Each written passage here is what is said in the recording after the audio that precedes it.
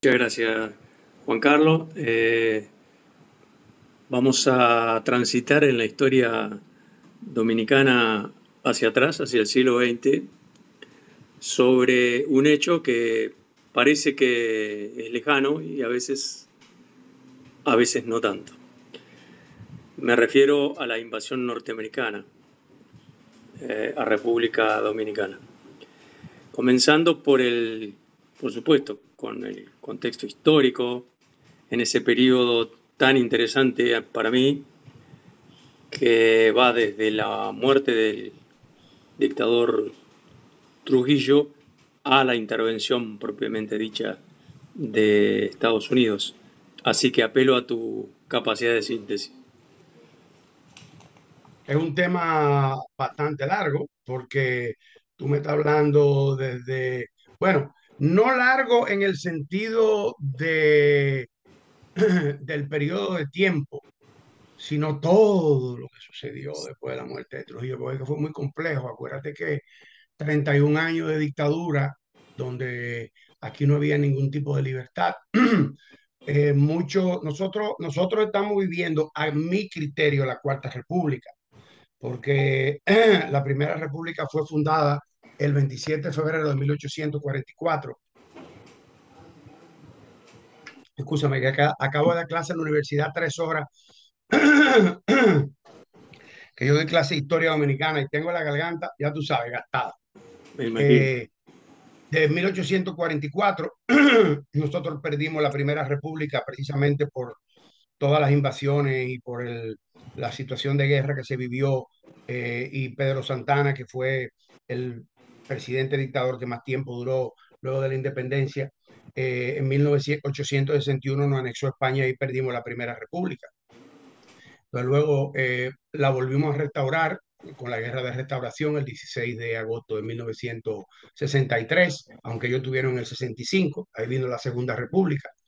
Y luego de la Segunda República, cuando los españoles nos entregaron, pues nosotros tuvimos 23 gobiernos en 50 años y tuvimos 3 magnicidios en esos 50 años. Y no solamente eso, sino que había una lucha de caudillo terrible, lo que hizo que en el 1916 la intervención de Estados Unidos, ahí perdimos la Segunda República, porque ellos destituyeron el presidente. El concepto de república es tener un presidente con congreso, con tribunales, que donde estén los tres poderes del Estado, el poder ejecutivo, el poder legislativo y el poder judicial. Pues con la intervención norteamericana se nombró un gobernador, ellos cogieron el control de las aduanas y no hubo presidente, no hubo senado, no hubo nada. Era simple y sencillamente ellos aplicaban la ley y era lo que ellos se dijera. Por ende, se perdió la Segunda República. Con el Tratado Hughes Peinado en el año 1922, pues nombraron como presidente a Juan Vicini Canepa para llamar elecciones. Se llamó elecciones en el 24, ganó Horacio Vázquez, ahí recuperamos de nuevo la República, ahí comenzó la Tercera República. Y hay historiadores que dicen que con Trujillo se perdió la Tercera República. Pero en realidad, si bien es cierto de que Trujillo eliminó todos los partidos políticos y todo lo que había de Congreso, todo eran del partido de él, todas las cortes eran de él, los presidentes era él o quien él pusiera, pero nosotros mantuvimos el estatus de república. Él creó el peso dominicano en 1937. O sea que en realidad para mí no se perdió la Tercera República con la era de Trujillo. Entonces, por eso que te digo que hay muchas versiones de historiadores. Hay historiadores que andan por la Cuarta República. Yo no, yo ando en la Tercera. Para mi criterio, y muchos de mis amigos, de mis colegas, estamos todavía manejando en la Tercera República.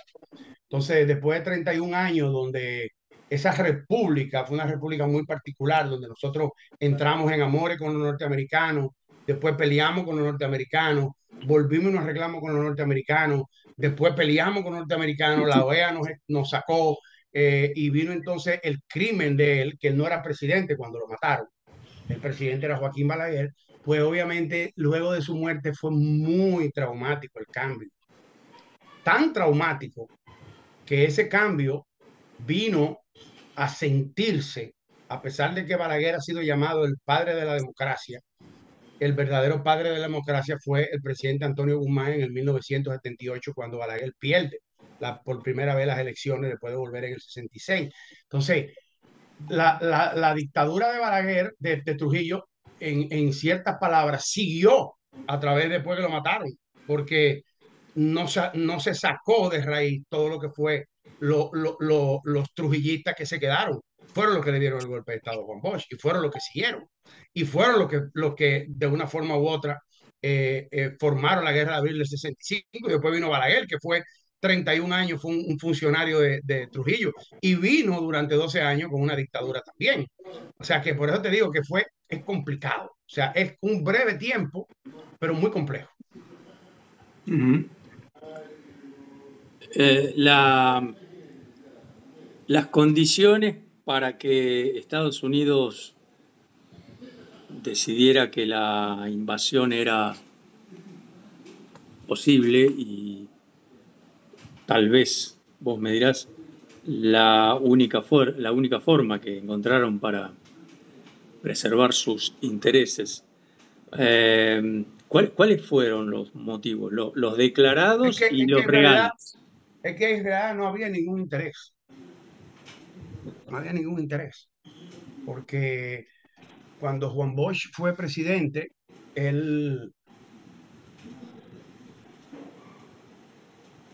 creó una constitución que fue la constitución de 1963, que es una constitución que eh, prohibía el latifundio, que era que los extranjeros pudieran tener grandes propiedades de tierra en el país. Él se había reunido con Kennedy antes de ser presidente y le había dicho a Kennedy que el Consejo de Estado, que fue el que surgió a raíz de la muerte de Trujillo, había firmado un contrato con la ESO Standard Oil, donde la ESO Standard Oil iba a hacer una refinería de petróleo aquí en el país y él le dijo a Trujillo que él no le gustaba la idea y que él iba no iba a seguir ese contrato, le dijo a Kennedy. Y también él siempre fue enemigo totalmente de lo que en aquel momento era la Puerto Rico Sugar Company, que hoy es la Central Romana Corporation, que luego fue la Gulf and Western Americas Corporation, que obviamente era una empresa que tenía un latifundio enorme, porque eran dueños de la Romana.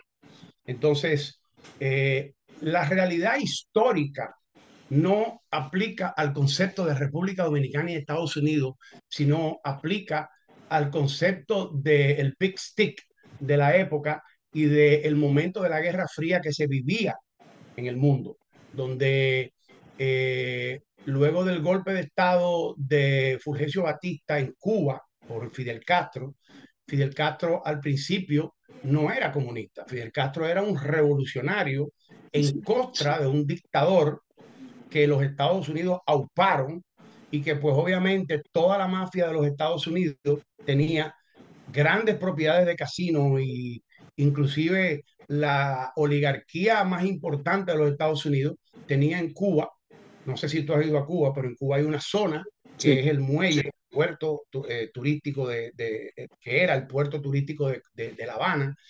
Ahí deben haber más de 500 apartamentos que son como tipo, todos son como si fueran penthouse, son apartamentos enormes y ahí hay para parquear quizás 400 yates de lujo y con un hotel.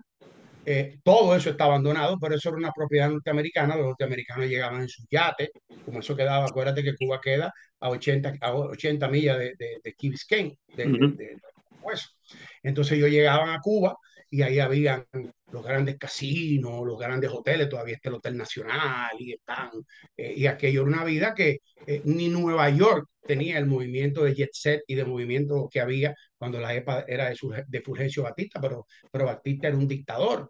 Entonces, como dictador al fin, tenía un núcleo de gente alrededor del muy corrupto y hizo rico a esa gente mientras el pueblo se moría de hambre.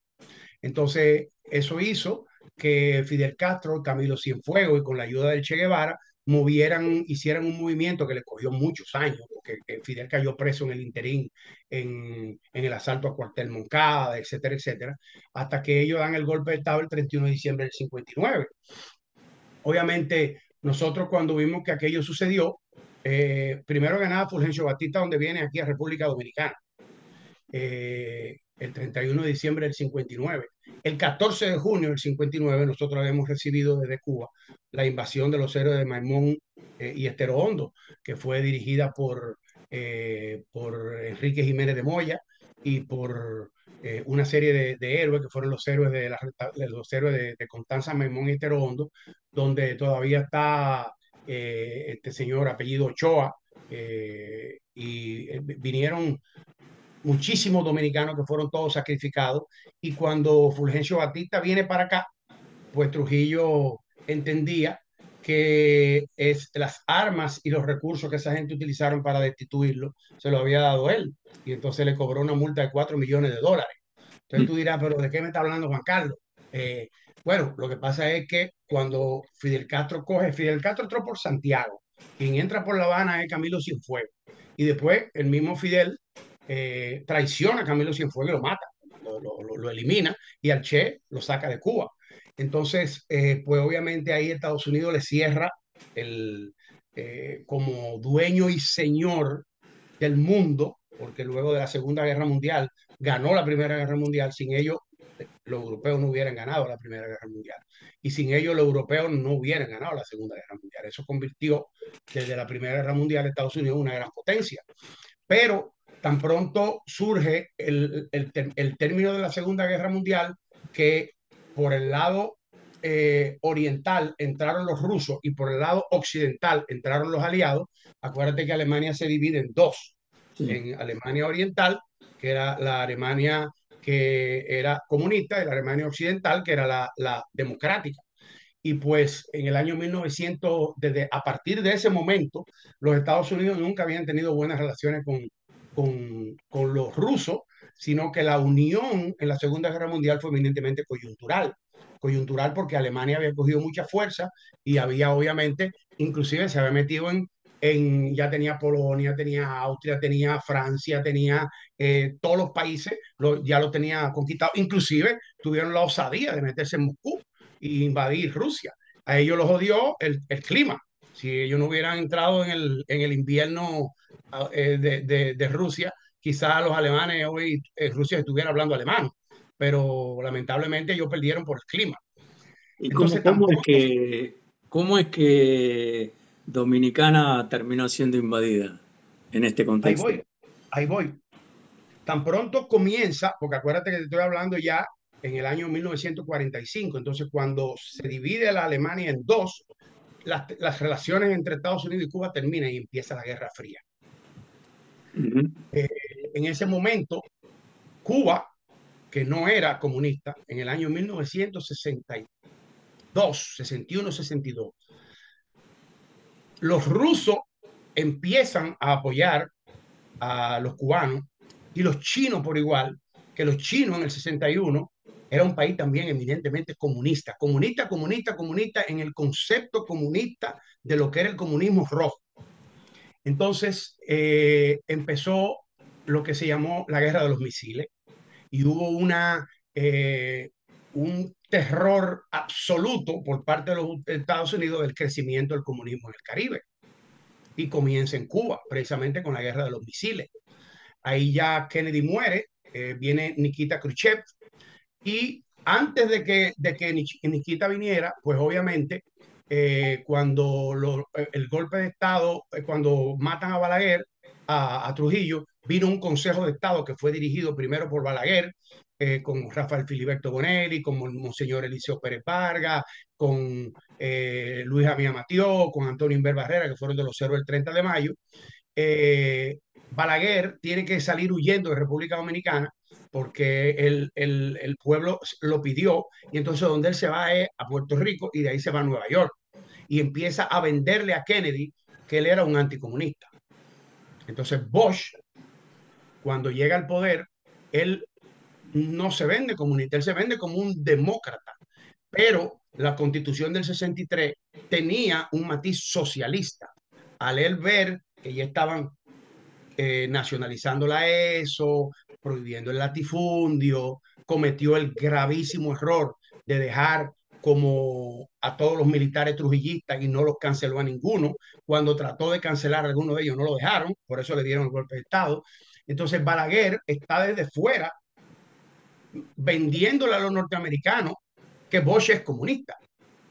Entonces, si tú te das cuenta, en la época en que le dan el golpe de Estado a Balaguer, ellos le dan el golpe de Estado a Arbenz en Guatemala y ponen a Carlos Castillo Armas. Ujú. Ellos dan varios golpes de Estado en Centroamérica, en el Caribe, en Centroamérica, de países que estaban yéndose hacia la izquierda, porque no querían seguir las normas, vamos a decir, imperialistas de los Estados Unidos. Entonces, la excusa no fue defendiendo, la excusa era que esos revolucionarios eran comunistas. Y entonces Balaguer le metió en la cabeza de que eran comunistas, que eran comunistas, que eran comunistas, que eran comunistas. Y los militares aquí acusaban también a Juan Bosch, se lo decían en su cara, que él era comunista y él decía que no. Y Juan Bosch se sentía que él era lo suficientemente importante y él ni siquiera peleó. Él dijo, pues yo me voy. O sea, Juan Bosch era un hombre muy altanero, era un hombre muy cobarde. Juan Bosch ni siquiera terminó el bachillerato. Juan Bosch es un autodidacta, un gran escritor, cuentista, y fue un político que creó varios partidos, pero el primer partido que él crea, lo crea en el año 1939, que fue el Partido Revolucionario Dominicano, y lo crea en Cuba. Ujú. Entonces, obviamente, él viene con un, como decimos nosotros, con un vaho a comunismo desde que él llega, y el PRD de por sí es un partido de centro izquierda, porque tú tienes que calcular que hay diferentes tipos. Tú tienes centro izquierda y tú tienes la izquierda radical. La izquierda radical es el comunismo rojo, el comunismo de la Unión Soviética socialista, el comunismo de China de los años 60, 70, cuando en los años 70 en China había un 65% de población muriéndose de hambre de 1.200 millones de habitantes que tienen. No es la China que hay ahora. O sea, en China no hay un comunismo. Si hubiese un comunismo, China no fuera ahora mismo la gran potencia que es. Pero en la época de que nos estamos yendo del 65, fundamentalmente respondía a que aquí habían dos facciones. Había la facción que era dirigida, porque el ideólogo de la Revolución de Abril fue el coronel Rafael Tomás Fernández Domínguez, que fue exiliado con el golpe de Estado, como él fue de los 12 militares que fueron fieles a Juan Bosch. Cuando Juan Bosch sale del país, pues a él lo exilian y lo ponen como agregado militar en Chile. Y desde Chile, él orquesta, junto con el campamento militar 27 de febrero, orquesta un golpe de Estado a un triunvirato que había aquí, dirigido por Donald Rick Cabral, que era el segundo triunvirato, que fue un triunvirato eminentemente de la oligarquía dominicana, de la oligarquía del país. Rick Cabral era, obviamente, una de las familias más ricas. Entonces, ¿cómo se mantuvo Rick Cabral en ese triunvirato? Pues obviamente dejando a los militares que hicieran lo que les diera la gana. Ellos eran dueños de la cantina del ejército. Ellos, los militares que se hicieron millonarios, ellos mandaban. Prácticamente el triunvirato lo que se hizo fue, cuando quitarle dieron el golpe de Estado, la idea del triunvirato era que se formaran elecciones y se eligieran elecciones libres. Pero como los militares lo estaban apoyando, pues obviamente aquí quien mandaba era la oligarquía, y eso trajo un descontento muy fuerte por parte del pueblo, que fue por el cual se levantó. Obviamente, la sección de los lealistas, que es la parte de diferencia a los constitucionalistas, que eran lo que querían que volviera la constitución de Juan Bosch y que Juan Bosch volviera otra vez. Eso fueron los que le dieron el golpe de Estado al triunvirato, y los otros, que eran los lealistas, eran los que se mantenían leales a los preceptos que habían de ese triunvirato. Entre ellos estaba Elías Wessing y Wessing, estaba Atila Luna, el general Atila Luna, que era jefe de Estado Mayor de la Fuerza Aérea, estaba Elvis Viña Román, que era el secretario de Estado de las Fuerzas Armadas, estaba el almirante Rivera Caminero, que era el jefe de la Marina. O sea, ellos tenían todas las Fuerzas Armadas la tenían ellos. Y estaba Antonio Inver Barrera del lado de ellos, que entendía desde el principio que Juan Bosch era comunista. Entonces, Balaguer en Estados Unidos, diciéndole a los americanos que él era anticomunista totalmente, logra llegar al país a finales del 65 con un permiso supuestamente para ver a su mamá que estaba enferma.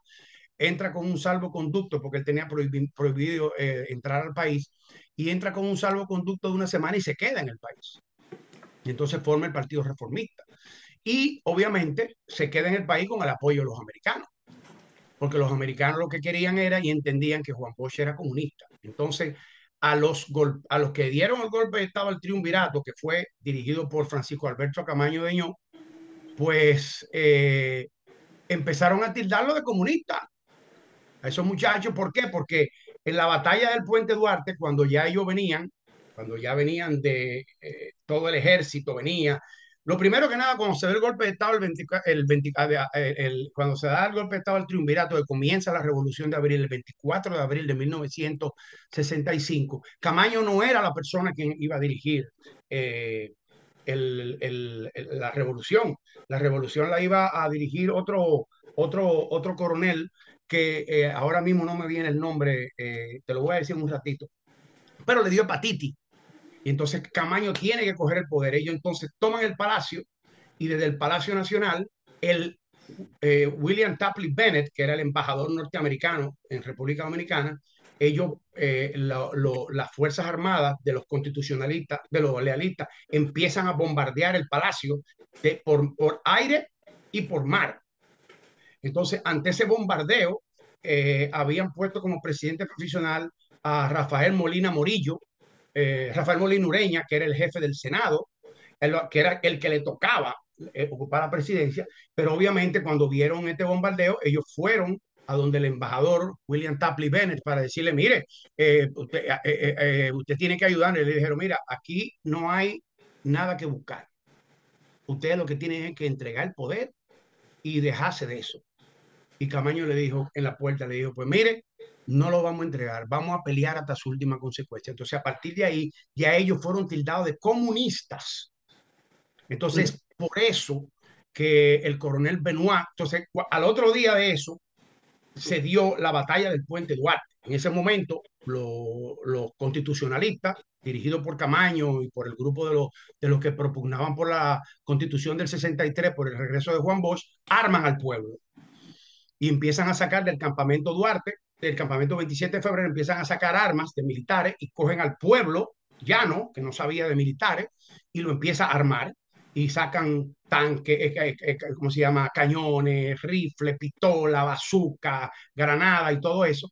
Y cuando los tanques venían del puente Duarte, cruzando de la zona oriental hacia la ciudad, cuando van cruzando el puente Duarte, los constitucionalistas le meten lo que nosotros le llamábamos catarey. Los catarey eran unos camiones enormes de cargar caña y entonces bloquean el puente Duarte y cuando vienen los tanques de los lealistas a atacar y a coger la ciudad, pues ellos no se encontraron porque ahí estaba el pueblo dominicano en pleno, entre ellos mezclados miembros del Partido Comunista, miembro del Movimiento Popular Dominicano, con este muchacho Molina a la cabeza, que se infiltraron junto con los soldados, porque los soldados en ese momento no te decían, dame tu carnet a ver quién tú eres. Ellos simplemente empezaron a reclutar gente. Entonces se mezclaron muchos muchachos de izquierda, pero ese comunismo que ellos pintaban no era más que un movimiento revolucionario,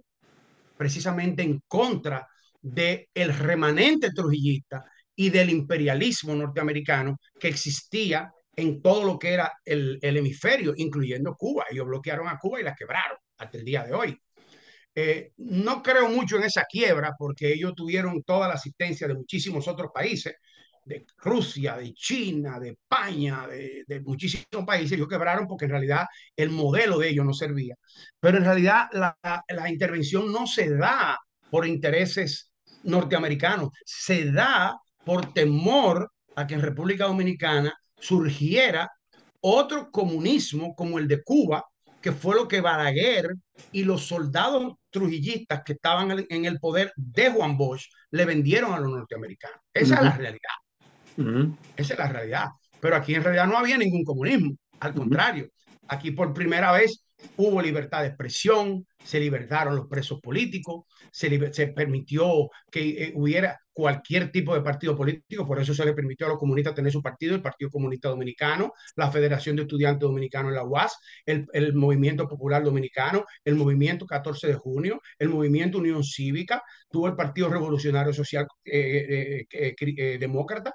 O sea, aquí en la época de Juan Bosch se le dio libertad a todo el mundo, se liberaron todos los presos políticos, se le permitió que devolvieran al país a toda la gente que Trujillo había exiliado. Entonces aquí se vivió un ritmo de se bajaron los sueldos de los empleados, aquí se empezó a hacer una reforma estructural completa, empezó a construirse vivienda. O sea, Juan Bosch hizo con la mala economía que había y que encontró del triunvirato, él estaba haciendo lo que podía, pero el problema fue que no removió a los militares trujillistas, lo dejó claro. Sí, a sí. todos, bien, a Mm, todos, lo dejó en posiciones importantísimas. Fíjate que si fue grave el error que cuando Balaguer tenía 31 años con Trujillo y Balaguer lo sacaron de este país que lo iban a matar. Eso fue en el 62, febrero de 1962. El 63 gana el PRD, le dan el golpe de Estado en el mismo 1963. Parte del 63 coge el primer triunvirato. Manolo Tavares Justo, que era el cabecilla del movimiento 14 de junio, cuando vio el golpe de Estado de Juan Bosch, se fue con unos guerrilleros, ese era comunista, ese era comunista, se va a las Manaclas, en 3 puntos del país, y está creando microejércitos para venir a la ciudad y tomar la ciudad con los guerrilleros que él tenía, pero el triunvirato que estaba formado por Emilio de los Santos, por Ramón Tapia Espinar y por Manuel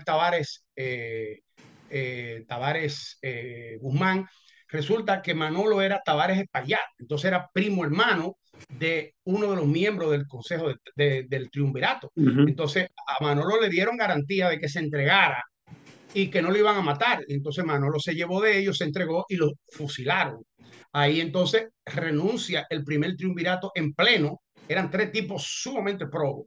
Y entonces a quien meten los guardianes es a Donald Ricabral y a Antonio Cáceres Troncoso, dos miembros de la oligarquía dominicana 100% que tuvieron durante el 1964 y lo que fue el 65, el país cayó en una quiebra y un default y un desastre y una corrupción horrorosa que fue lo que trajo como consecuencia el levantamiento de abril. Pero en realidad aquí no hubo que los intereses norteamericanos, ¿qué intereses tenían los norteamericanos aquí? Ujú. Lo que pasa es que los norteamericanos lo que no querían era que esto se convirtiera en una nueva Cuba, como se lo vendió Balaguer. Balaguer del día afuera fue el aupador del golpe de Estado y el mayor beneficiado. Está Y muy, después muy Balaguer claro. llega aquí en el 66 y lo que hace en el 66, elimina a todos los cabecillas de los movimientos comunistas. Elimina a Abel Jambún, a Orlando Martínez, a Homero Díaz, a Guido Gil, a Maximiliano Gómez, mata a todos los cabecillas, los mata a todos, periodistas, todo hizo Balaguer durante 12 años, que fue una dictadura, la dictadura de 12 años de Balaguer, Ujú. donde el odio al comunismo era visceral y obviamente contaba con el apoyo absoluto de los Estados Unidos, porque eso es lo que Claro. Estados Unidos. Ujú. Entonces, no hubo esa tal interés norteamericano, ¿verdad? Simple y Muy claro, Juan Carlos. Te felicito por tu capacidad de síntesis. Te voy a preguntar ahora por algo que me interesa mucho, que es el rol de la OEA en la intervención y también de las fuerzas interamericanas de paz, porque no fueron solamente los Estados Unidos, hubo otros precisamente. países de la región. Sí, pero todo le rendían pleitesía a los Estados Unidos. Todavía hoy en día, quien manda en la ONU, quien manda en la OTAN y quien manda en la OEA son los Estados Unidos.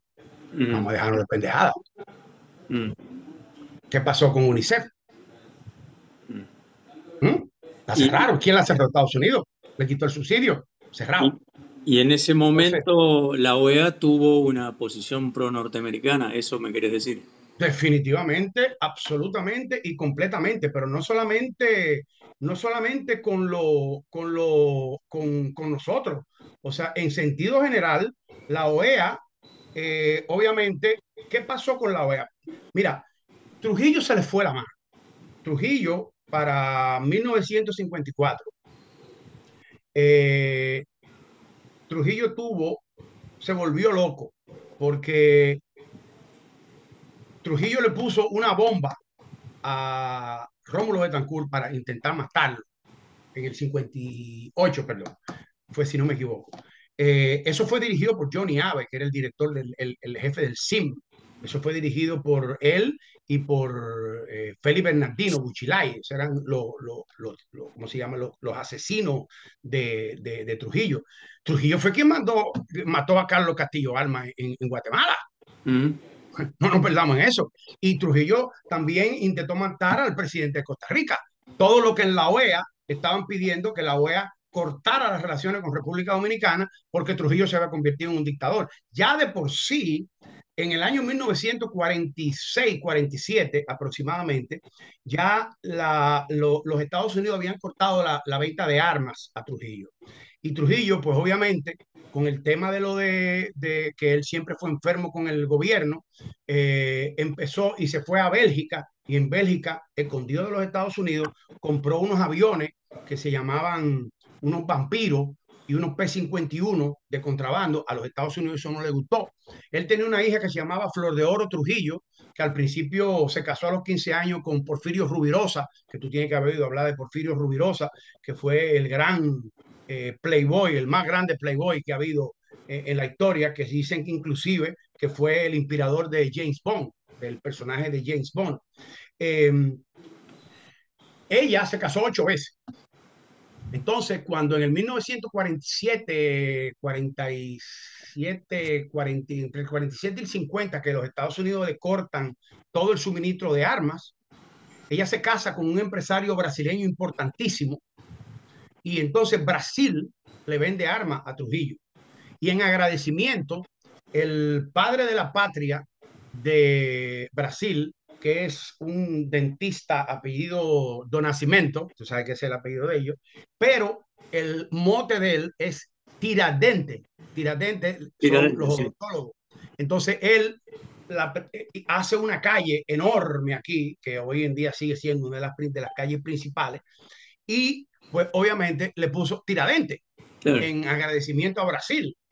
Entonces, cuando empieza el tema de que Trujillo empieza a perder el control y empieza a mandar a matar a todos aquellos que estaban pidiendo en la OEA que la OEA le hiciera lo mismo que le había hecho a Cuba, o sea, que le había cortado, que había cerrado las puertas a la OEA, pues la OEA no le quedó de otro camino que cerrarle, y yo entiendo que en ese momento era lo correcto. ¿Por qué? Porque había que terminar con esa dictadura. Había que Ujú. terminar con esa dictadura. Los norteamericanos, mm, inclusive la CIA, fue la que dirigió el crimen de Trujillo, fue dirigido y apoyado por la CIA. Y las armas que se consiguieron, que no fueron ninguno de los héroes del 30 de mayo que tú conoces, sino fue Miguel Vicié y un grupo que era españoles. Ellos trabajaban en los ingenios de los Vicini, y entonces ahí los héroes del 30 de mayo le llevaron las armas que consiguió un señor que se llamaba Wimpy, Lorenzo Berry, que él tenía un supermercado que se llamaba Wimpy's, que fue el primer supermercado. Entonces la gente iba de que al supermercado a hacer compras, pero en realidad él y su esposa eran de la CIA.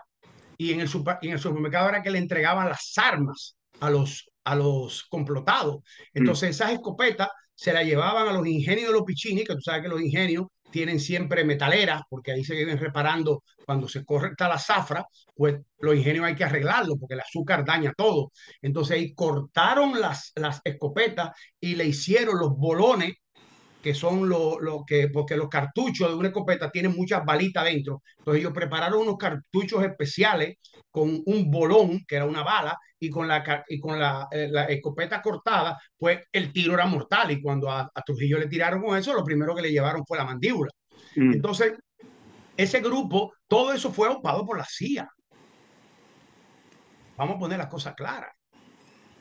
Los Estados Unidos fueron responsables directos del magnicidio. Lo que pasa es que después de ahí hubo un problema, que fue que quedó el chofer de Trujillo vivo, y uno de los héroes del 30 de marzo fue herido. Sí, los muchachos están ahí. Sí. Y entonces el chofer de Trujillo queda herido, y queda herido uno de los héroes del 30 de mayo. Y entonces ese, cuando queda herido, que fue Pedro Livio Cedeño, apareció también en el campo un revólver 38 de Antonio de la Maza. Aquí había un poco revólver, todo el mundo sabía de quién era. Cuando llevan a Pedro Livio Cedeño a la clínica Intercontinental, le meten pentotal sódico, Ramfi, y cantó como Gardel. ¿Entiendes? Y entonces dijo todo y en cuestión de horas, porque estaba primero el primer paso, que era matar a Trujillo, lo metieron en el baúl del carro Antonio de la Maza, y el secretario de Estado de la Fuerza Armada, que era Pupo Román, estaba casado con una sobrina de Trujillo, él quien era junto con el segundo, la segunda parte del plan con Antonio García Vázquez, era lo que iban a coger el poder, pero ellos exigieron ver el cadáver de Trujillo. ¿Qué pasa? Como todo se supo, inmediatamente el Servicio de Inteligencia Militar y la policía allanaron la casa de toda esa gente y recuperaron el cadáver de Trujillo. Y Pupo Román dijo: yo si no veo el cadáver, nada. Entonces, inclusive, Pupo Román tuvo ahí en el entierro y todo. Balaguer y Ramfi sabían que él estaba metido en el complot. Y tan pronto enterraron a Trujillo, pues a él lo metieron preso 7 meses. Yo tengo los interrogatorios, las grabaciones de los interrogatorios, y lo desaparecieron. Más nunca apareció. Vos sabés, Juan Entonces, Carlos, que Entonces respecto, la OEA por eso cierra, porque dice: no, espérate, aquí hay una dictadura. Entonces después de ahí mató a las hermanas Mirabal. yo quería reafirmar lo que estás diciendo. Tanto es así que la propia OEA en 2016 vota por unanimidad un desagravio por el No, rol que tuvo en República no, Dominicana. no fue así. No fue así. El presidente Danilo Medina, el 16 de junio del 2016, en una exposición en la OEA, él pidió un desagravio hacia República Dominicana por la invasión norteamericana del 65. Y ese desagravio contenía una serie de peticiones por parte del gobierno dominicano.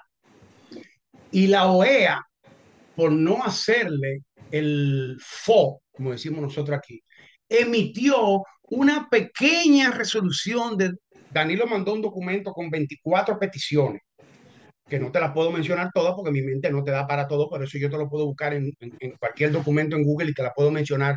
Si tienes tiempo, te la puedo buscar y te las leo todas para que tú veas cómo fue que sucedió.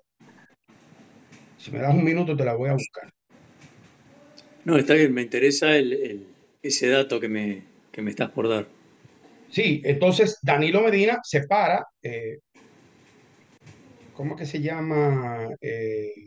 Lo que, Digamos, no, no, eh, la es una palabra el perdón, ¿cómo fue? desagravio. El desagravio. Desagravio de la OEA a República Dominicana por la intervención de 1965. O sea, vos decís que terminó en una pequeña resolución. Vos no, Exactamente, no exactamente. pero en términos de derecho internacional eso es importante, Juan Carlos. Sí, sí, sí, pero Danilo se para y da una, una, ¿cómo se llama? Y dice a la OEA, eh, le da muchísimos puntos donde le dice que por primera vez en la historia un jefe de Estado exigió públicamente a la vez, eso fue una exigencia del gobierno dominicano, en un discurso de bienvenida, reconocer sus errores por avalar intervenciones pasadas en abierta violación al principio de no intervención en asuntos internos, proclamado por la misma Carta de la OEA en 1948, tratándose en este caso del Estado que hospedó a la reunión anual de 3 días de los demás miembros de la OEA.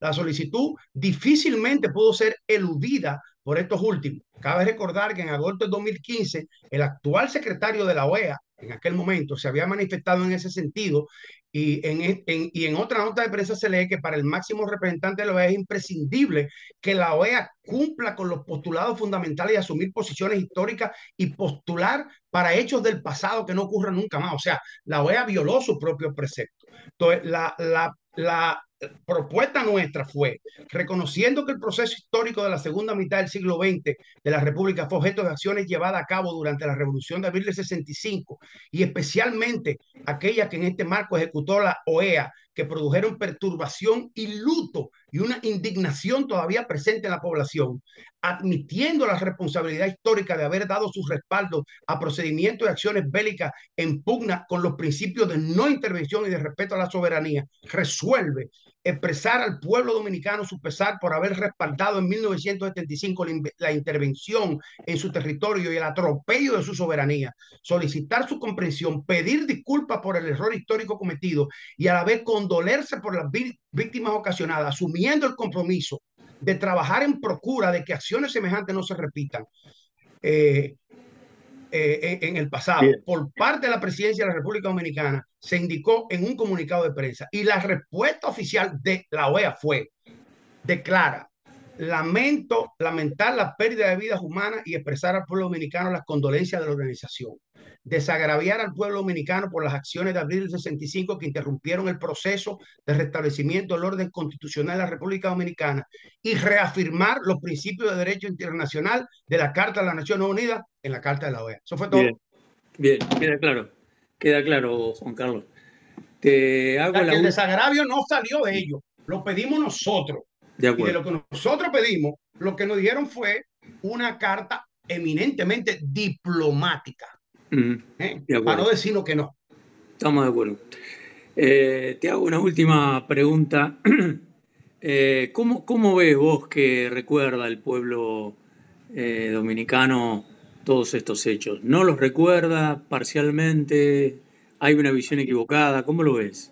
Ay, mira, nosotros somos un país que nos hemos caracterizado primero que nada por ser un país de muy bajo nivel de educación, sobre todo en historia. Te lo digo como profesor de historia de una universidad.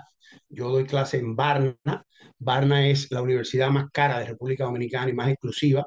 Los dueños de Barna es la oligarquía de República Dominicana. Son los Piccini, son los Diez, son la gente de más dinero en este país hicieron esa universidad.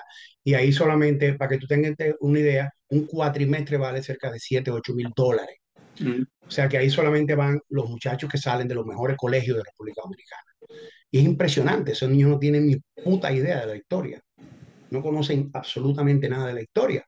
Entonces, aquí existen todavía una cantidad de neotrujillistas que todavía quieren un Trujillo, que dicen que nosotros estábamos mejor cuando Trujillo. Te lo mm. juro. Yo tengo más de 150.000 personas bloqueadas en mi página de historia, defendiendo a Trujillo. ¡Viva Trujillo! Que aquí debe volver el jefe, que si o qué, que si o cuánto. Entonces, aquí hay un concepto totalmente equivocado de lo que fue el golpe de Estado y un concepto totalmente equivocado de lo que fue la revolución de abril del 65. Pero si nos vamos al contexto de la realidad, vamos a ver que el héroe principal de la guerra de abril del 65 fue Francisco Alberto Camaño de Ño. Ese es el que se menciona como el héroe de abril. Tanto es así que está en el Panteón de la Patria como héroe nacional. Él y Rafael Tomás Fernández Domínguez. Rafael Tomás Fernández Domínguez lamentablemente no estuvo aquí. Él llegó el 15 de mayo del 65 y el 19 intentó el ataque al Palacio Nacional junto con un grupo de soldados. Camaño le dijo que no lo hiciera, que eso era un suicidio, y efectivamente así fue. Cuando intentó hacerlo, él y todos sus compañeros, desde los edificios aledaños, estaban los francotiradores norteamericanos, lo mataron en cuestión de 5 minutos. O sea, la batalla duró una hora, y en una hora mataron a los principales soldados de la revolución. Entonces, ¿qué pasa? Francisco Alberto Camaño de Ño se convierte en el gran líder porque la revolución termina con la intervención de la OEA, pero la OEA viene aupada por los Estados Unidos. La OEA viene con Joseph Tapley Bennett, viene con Balaguer atrás, que Balaguer viene pegadito de ellos ahí, y pues cuando se firma el acta institucional que se firmó en agosto de 1965, se hicieron algunos pactos donde el primero de ellos era que Camaño salía como agregado militar para Londres, pero a Wesley lo dejaron aquí, que fue el promotor del golpe de Estado. Antonio Inbel Barrera, que fue, porque aquí nosotros llegamos a tener dos presidentes a la vez, Camaño e Inbel Barrera, porque Juan Bosch, como presidente de puesto, él cedió sus derechos constitucionales como presidente electo a Camaño, y Camaño se juramenta presidente el 4 de mayo de 1965. Unos días después, Antonio Inver se proclama presidente de la República de la Junta Militar que estaba en San Isidro. Nosotros teníamos dos presidentes a la vez, uno constitucional, pero los dos eran presidentes en guerra, como se llama aquí, una presidencia en guerra. Entonces, el acuerdo era, ok, Camaño renuncia a la presidencia, renunció, Antonio Guzmán renuncia a la presidencia, renunció, digo, Antonio Inver, a Camaño lo mandan a Londres, Antonio Inver se queda aquí, Wessing, que fue el que le dio el golpe de Estado a Juan Bosch, y fue uno de los que peleó en la Revolución de Sandingo, lo dejan aquí. Entonces ponen como presidente a Héctor García Godoy. Y Héctor García Godoy, cuando ocupa la presidencia, el pueblo, él desesperado y molesto con la decisión porque no le gustó, empezó a protestar. Y entonces los estudiantes salieron a la calle y se dio, y fueron al Palacio Nacional a protestar, y entonces se produjo la matanza de los estudiantes, donde desde dentro del palacio la policía empezó a dispararle a todos esos niños entre 14 y 20 años y mataron como 7 de ellos, entre ellos Amelia Ricard Calventi, hija de una de las familias más reconocidas de aquí, que la mataron, tenía 14 años, y eso pues obviamente desató que inmediatamente se formaran las elecciones, porque aquí había dentro del país todavía una presencia de 38,000 y pico de militares. Cuando se firmó el acta institucional como Héctor García Godoy ocupó la presidencia, el país estaba lleno de militares norteamericanos. Es más, Balaguer gana las elecciones en julio del 66 y los militares salen en octubre de 1966. ¿Y qué hace Balaguer? Balaguer quita todos esos militares trujillistas que estaban con Juan Bosch y nombra a sus propios militares y lo dejó durante 12 años, que fueron peores que lo que dejó Trujillo. Ahí está Peri Pérez, ahí está Bochan Javier, ahí está Neini Balseja, ahí está Chinino Lluvere, ahí está Marco Jorge Moreno, ahí está una serie de asesinos, Ramón Emilio Jiménez Hijo, que fueron unos sinvergüenza que duraron 12 años haciéndose millonarios y matando gente con la banda colorada y con los paleros de balá, o sea, fue terrible. Entonces aquí el pueblo no entiende el movimiento de la revolución, la juventud, nosotros, la gente de nuestra edad, los señores más viejos que yo y personas leídas y personas que tenemos educación, entendemos y apoyamos 100% la revolución de abril. Lo que pasa es que Camaño, antes de la revolución de abril, Camaño es hijo de Fausto Camaño. Fausto Camaño fue el principal asesino de la era de Trujillo, el general Fausto Camaño. Rafael Tomás Fernández Domínguez, que era uno de los militares más serios que hay aquí, era hijo de Ludovino Fernández. Ludovino Fernández fue quien le cortó la cabeza y mató a Desiderio Arias en el 1931. Era un asesino indiscriminado, papá de esos dos tigres. Entonces, en el momento de que Juan Bosch gana la presidencia, Camaño es el comandante de los Cascos Blancos, que es el órgano represivo del gobierno. Y entonces ellos hicieron una incursión en Palmasola, en San Juan de la Maguana, donde había un movimiento religioso olivorista, y Camaño dirigió una tropa que mataron 300 y pico de ellos. Entonces después Camaño sube a la gloria en la Revolución de Abril. Hasta ese momento Camaño es un soldado trujillista y un asesino. Pero entonces se glorifica con la revolución, él coge la bandera del patriotismo y él se convierte en un gran héroe. Entonces lo mandan a Londres y él a los 4 años, lo fue en el 65, en el 70, 68, él deserta de Londres y se va a Cuba con Fidel Castro. Y en Cuba, Camaño procrea hasta 3 hijos, procrea en Cuba. Entonces viene el 14 de febrero, el 15 de febrero de 1974, viene con 16 hombres y que atumbaba la guerra. Pero él contaba que iba a pasar lo mismo que pasaba cuando entró Camilo Cienfuegos y entró Fidel Castro a La Habana y a Santiago, que el pueblo los apoyó.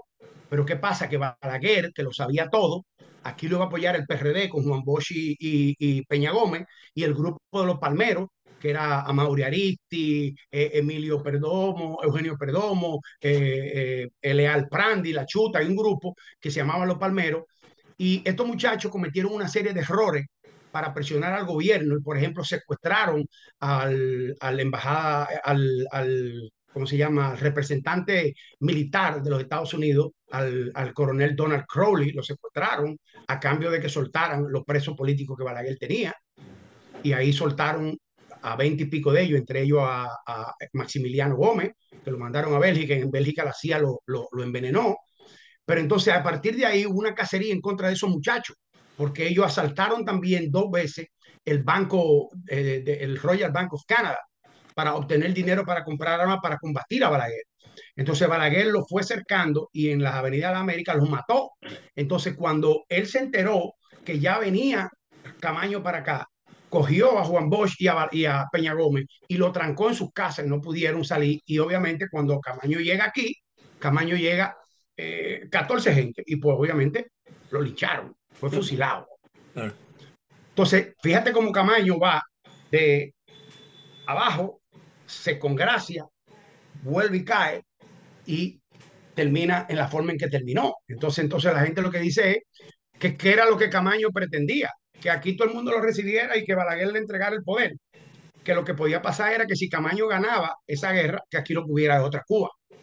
claro. Y en cierta forma, para el que no conoce el contexto histórico, sí puede ser que hubiera pasado algo, pero yo no creo que hubiera sido así. Ahora, lo que sí yo creo que fue una locura de Camaño, Camaño volver y que con 14 hombres tumbaba a la guerra, porque eso fue una Claro. locura. Ujú. Entonces, en el concepto, por eso es tan difícil que el dominicano acepte que la revolución del 65 fue patriótica, porque la gran mayoría, o una mayoría muy grande de la población, cree que eso era un movimiento comunista para convertir República Dominicana en otra Cuba. Claro. Bien, muy claro, Juan Carlos. Te agradezco mucho que hayas compartido esta historia de tu país. Así que bueno, tal vez te estaré molestando en otra oportunidad cuando los hechos así lo requieran, porque la historia se recrea a cada momento, ¿verdad? Eh, Correcto. Así que muchas gracias y un gran abrazo. Excelente. Para